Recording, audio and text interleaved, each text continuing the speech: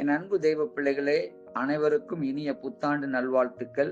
இன்று நம்முடைய தியானம் யோவான் 1 1 ஆதியிலே வார்த்தை இருந்தது, அந்த வார்த்தை தேவனிடத்தில் இருந்தது, அந்த வார்த்தை தேவனாய் இருந்தது.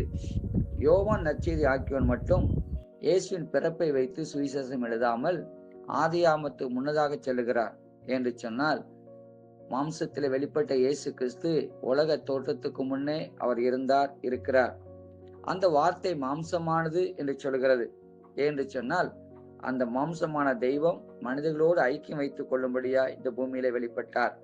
கிறிஸ்தவம் என்பது ஒரு மதம் அல்ல, இது ஒரு மார்க்கம். கிறிஸ்தவம் என்பது ஒரு மதம் அல்ல, இது ஒரு உறவு.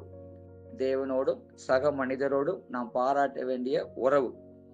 அவர் நம்மை போல் மாம்சத்தில் வெளிப்பட்டதினாலே அவர் நம்முடைய கஷ்டங்கள், கவலைகள், துன்பங்கள் எல்லாம் அவர் அறிந்திருக்கிறார். அந்த தேவனோடு வைக்கும் ஐக்கியம் நமது வாழ்விலே ஒளியேற்றும். அவர் வார்த்தை இன்றும் ஒலித்துக் கொண்டிருக்கிறது. அதை நாம் அறியாதிருக்கிறோம். ஒரு அழுகிற குழந்தையை நாம் எடுத்துக்கொள்வோம். எவ்வளவு சத்தம் தன்னை சுற்றிலும் கேட்டாலும் அந்த அழுகிற நேரத்திலே தன்னுடைய தாயின் குரலை, இல்லாவிட்டால் தகப்பன் குரலை கேட்டதும் அது அழுகை நிறுத்துகிறது, தகப்பனை கண்டுபிடிக்கிறது, தாயை கண்டுபிடிக்கிறது. நாமும் நம்மை உண்டாக்கிற தேவனை, அவருடைய சத்தத்தை கேட்டு அதை கண்டு கொண்டார், அவரை ஏற்றுக்கொண்டார். 2026 ஆண்டு ஒரு புதிய ஆரம்பத்தை நமக்கு உண்டாக்கும். Start with Jesus. New year என்ற அர்த்தம் என்ன என்றால் புதிய ஆரம்பம். நமது திட்டங்களோடு அல்ல, தேவ திட்டத்தோடு.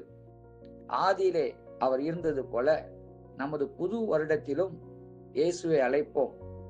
நாம் நமது பிரயாணங்களுக்கு ஒருவேளை கார்ல போனா அதை ஃபியூல் செக் பண்றோம்.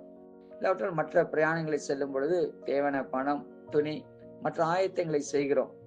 ஸோ இந்த 2026 ஆண்டை நாம் இன்றைக்கு ஆரம்பித்திருக்கிறோம்.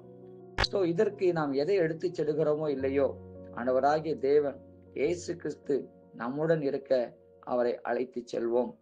அவரை மறக்க வேண்டாம். இந்த 2026 ஆண்டு இயேசு தெய்வத்தோடு உங்களுக்கு இந்த ஆண்டு வெற்றியின் ஆண்டாய் ஆகட்டும் என்று வாழ்த்துகிறேன். நம்ம ஜெபிக்கலாம். அன்பின் தகப்பனே, நீர் புதிய ஆரம்பத்தை கொடுக்கிற தேவன். யாரெல்லாம் அந்த புதிய ஆண்டிலே ஒரு புதிய ஆசீர்வாதத்தை, வெற்றியை கடந்த ஆண்டை காட்டிலும் மேன்மையாய் விரும்புகிறார்களோ அவளோடு நீர் செல்லும். அவருடைய திட்டத்தோடு நீர் இரும். குடும்பத்திற்கும் பிள்ளைகளுக்கும் தலைமுறைக்கும் ஆசீர்வாதத்தை நீர் உண்டாக்கித்தார். இயேசுவின் மூலமே வேண்டிக் கொள்கிறோம் பிதாவே, ஆமேன். ஆண்டவராக இயேசுவின் கிருபை, தேவனுடைய அன்பு, விலகாத பசுத்தாவின் அந்யோன்ய ஐக்கிய வழிநடத்தல் ஆசீர்வாதம் நம் அனைவரோடும், நம்முடைய சகல கிரியைகளோடும் இன்று மனம் தங்கி தரித்திருப்பதாக. ஆமேன். மீண்டும் உங்கள் அனைவருக்கும் எங்களுடைய இனிய புத்தாண்டு நல்வாழ்த்துக்கள். ஆமேன், ஆமேன்.